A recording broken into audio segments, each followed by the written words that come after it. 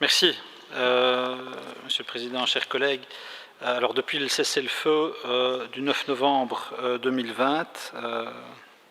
instauré heureusement dans la région, et après une courte guerre qui a néanmoins fait 6000 morts, plusieurs dizaines de détenus sont toujours aux mains de l'Azerbaïdjan, qui refuse de les libérer, et selon Human Rights Watch, les forces azerbaïdjanaises auraient par ailleurs sévèrement, et c'est un euphémisme, maltraité plusieurs soldats arméniens capturés lors du conflit au Karabagh. Les prisonniers de guerre auraient été soumis à des sévices physiques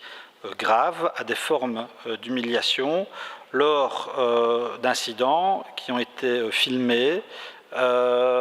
et diffusés par des vidéos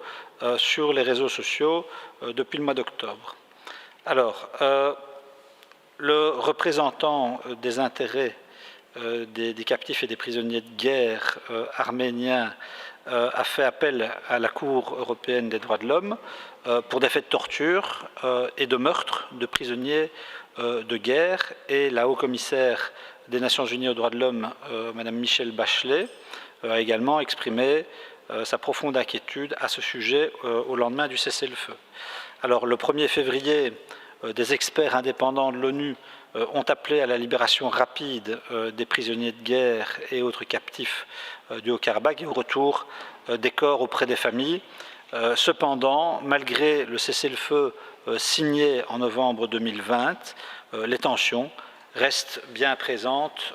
entre le régime de Bakou et l'Arménie. Et d'ailleurs, il y a encore eu quelques incidents aux frontières ces derniers jours et ces dernières semaines. Et selon l'armée arménienne, 6 de ces soldats qui effectuaient des travaux de génie, entre guillemets, dans un district proche de la frontière avec l'Azerbaïdjan auraient été capturés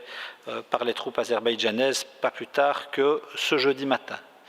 Alors, la crainte d'un nouvel embrasement inquiète beaucoup la communauté internationale, et rappelons que le conflit du Karabagh entre l'Azerbaïdjan et l'Arménie déstabilise l'ensemble du Caucase depuis plus de 30 ans, et donc nous soutiendrons bien entendu et avec beaucoup de conviction le texte de notre collègue Vanhoff,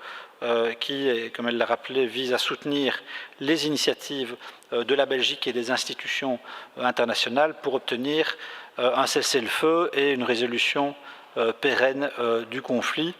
décision déjà adoptée par notre hémicycle en décembre 2020, comme vous vous en souvenez, chers collègues.